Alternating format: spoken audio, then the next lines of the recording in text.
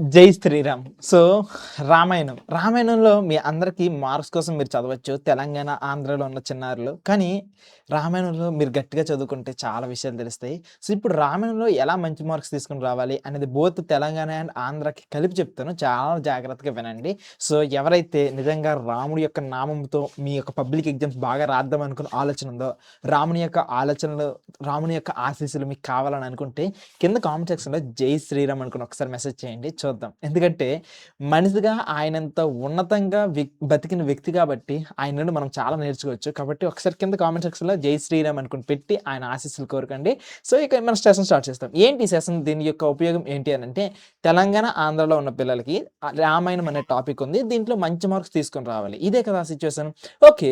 ఫస్ట్‌గా తెలంగాణలో ఉన్న పిల్లలకైతే క్వెషన్ అండ్ ఆన్సర్స్ ఉన్నాయి. అంతే జస్ట్. కానీ ఆంధ్రాలో ఉన్న పిల్లలకి ఏం చేస్తున్నారంటే కొన్ని సంఘటనలు ఇస్తున్నారు. క్వెషన్ అండ్ ఆన్సర్స్ ఇస్తున్నారు. అది నెక్స్ట్ కొన్ని పాత్ర స్వభావాలు లాంటివి ఇస్తున్నారు. కాబట్టి ఈ 3 గుర్తుంచుకుందాం. సరేనా? సో, ఎవరైతే తెలంగాణలో ఉన్నారో మీ అందరికీ ఇంపార్టెంట్ క్వెషన్స్ లిస్ట్ ఇచ్చేస్తున్నా. అట్ ద సేమ్ టైమ్ ఎవరైతే ఆంధ్రాలో ఉన్నారో మీకు కూడా కావాల్సిన మెటీరియల్స్ అన్నీ కూడా దీంట్లో ప్రొవైడ్ చేస్తున్నా. జాగ్రత్తగా వినండి. హ్యాపీగా వినండి. క్లాస్ అంతా కంప్లీట్ చేసుకుంటూ వెళ్దాం. సరేనా? చూడండి సిట్యుయేషన్. ఓకే. ఫస్ట్ రామాయణం కదా! సో, ఫస్ట్ ఆంధ్రాలో ఉన్న పిల్లల యొక్క పబ్లిక్ పేపర్ ఎట్లా ఉంటది? ఒకసారి సరదాగా చూసేద్దాం. అప్పుడు మనకు తెలిసిపోద్ది. తెలంగాణ పిల్లల కంటే జస్ట్ క్వెషన్ అండ్ ఆన్సర్స్ ఉన్నాయి కాబట్టి నో ఇష్యూ. కానీ ఆంధ్రాలో ఉన్న పిల్లలకి ఒకసారి చూడండి. ఇది మన తెలుగు పేపర్ కదా! ఇలా తెలుగు పేపర్ మనం ఓపెన్ చేస్తే ఈ పర్టిక్యులర్ సిట్యుయేషన్‌లో మనకేముంటుంది ఇక్కడ? ఈ పర్టిక్యులర్ సిట్యుయేషన్‌లో మీరు అబ్జర్వ్ చేస్తే జస్ట్ సంఘటనలు ఇస్తున్నాడు. సో, కొన్ని ముఖ్యమైన సంఘటనలకు సంబంధించిన లిస్ట్ నేను ఇస్తాను. సో, ఈటికి ఎలా ట్రిక్ ఉంటది వాటికి కూడా నేను చెప్తా. వన్స్ ఇది అయిపోయిన తర్వాత రామాయణంలో ఇక్కడ మనందరికీ కూడా 8 మార్క్స్ ఇక్కడ ఈ 8 మార్క్స్ వస్తున్నాయి. ఇది అయిపోయిన తర్వాత నెక్స్ట్ ఇక్కడ ఈ పార్ట్ చూడండి. ఉపవాచకం నుండి పాత్ర స్వభావాలు ఇస్తున్నాడు. సో, ఇక్కడ మనకు ఒక 3 మార్క్స్ 4 మార్క్స్ వస్తున్నాయన్నమాట. సో, 8 + 4 ఇప్పటికే మనకి 12 మార్క్స్ యాడ్ అయిపోయింది. ఇది కాకుండా నెక్స్ట్ ఇంకొక సిట్యుయేషన్ చూడండి. సో, ఇంకొక సిట్యుయేషన్ చూస్తే ఇప్పుడు రామాయణంకి సంబంధించి ఏదైనా ఒక పెద్దది ఇంపార్టెంట్ క్వెషన్ ఇస్తాడు. సో, ఇదొక 8 మార్క్స్ క్వెషన్. సో, టోటల్‌గా 20 మార్క్స్ రామాయణం నుండి మీకు ఎవరైతే ఆంధ్రాలో ఉన్న పిల్లలు ఉన్నారో మీ అందరికీ ఇలా వచ్చేస్తున్నాయి. కానీ తెలంగాణలో ఉన్న పిల్లలకి మీకేంటంటే జస్ట్ ఇక్కడ క్వెషన్స్ ఇస్తారన్నమాట. 8 మార్క్స్ క్వెషన్స్ ఇవ్వడానికి ఇక్కడ ట్రై చేస్తారు.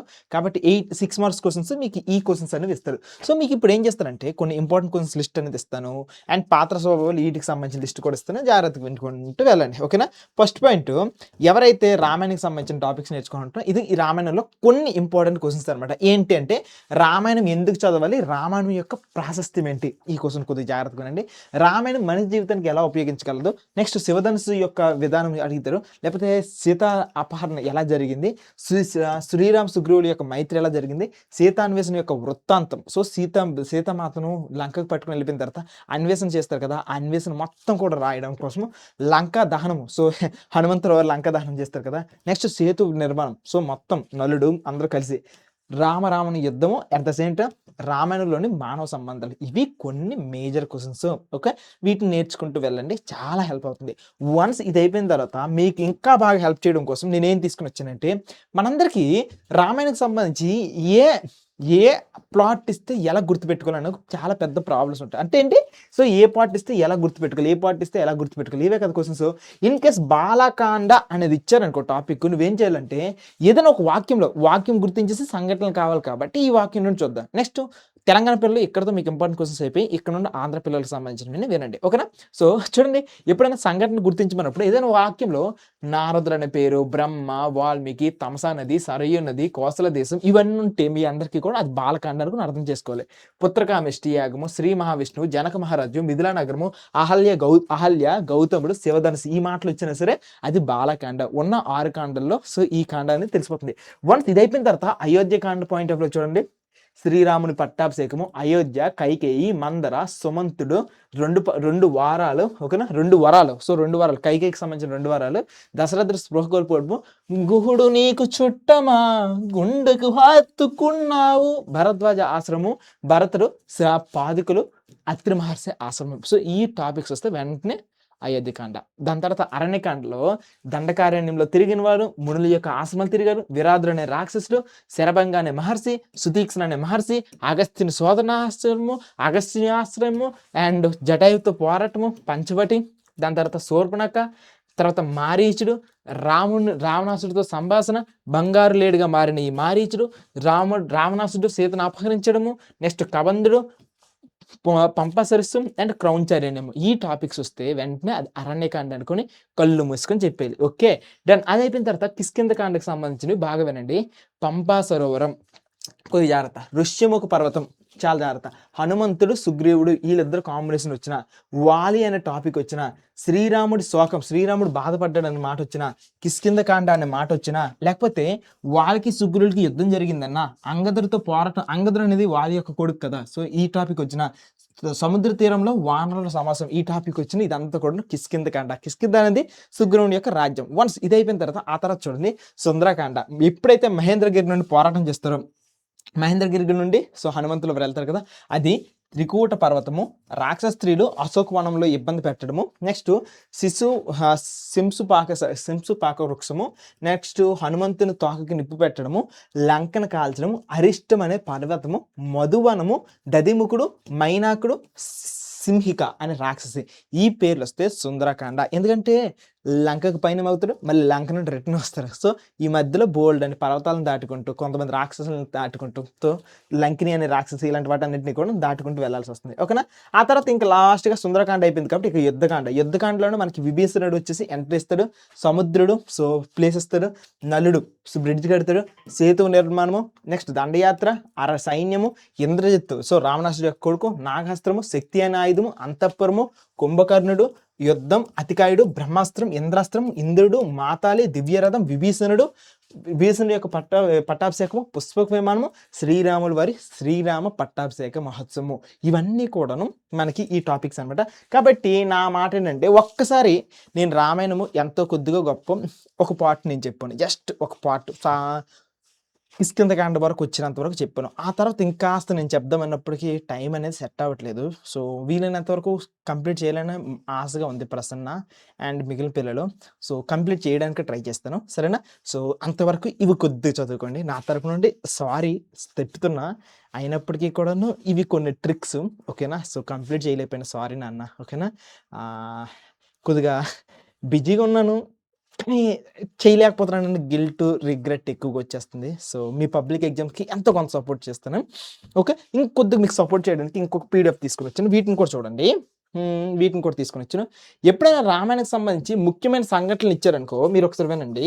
ఈ పర్టికులర్ పాయింట్ ఏంటంటే ఇది బాలకాండలో అన్ని ముఖ్యమైన సంఘటనలు, ఓకేనా. బాలకాండలో అన్ని ముఖ్యమైన సంఘటనలు. ఫర్ ఎగ్జాంపుల్ చూడండి, సో రామాయణం మొత్తం టెక్స్ట్ బుక్ నుంచి చదవలేను అనుకుంటే రాముడి యొక్క సినిమా చూసి ఈ కథ జస్ట్ ఈ పాయింట్స్ అన్ని చదువుకుంటే చూడు, రామాయణం గాథను వివరించుకుంటూ వెళ్ళాడు, సో ఇలా అనమాట. సో ఇలా సో ఒక వేటగాడు క్రూర బాణంతో క్రౌంచ్ పక్షిని కొట్టేశాడు, ఇలా అనమాట. మొత్తం లిస్ట్ ఆఫ్ అన్నీ ఉన్నాయి, ఓకేనా. సో రామాయణం కొద్దిగా ఎక్కువ లిస్ట్ ఉంటుంది. టెక్స్ట్ బుక్ చదవలేని వాళ్ళు ఇలా మీరు చదువుకుంటూ వెళ్తామంటే మీ ఇష్టం అనమాట, ఓకేనా. డన్. సో ఇలా సంఘటనలకు సంబంధించి మొత్తం విషయాలు ఉన్నాయి.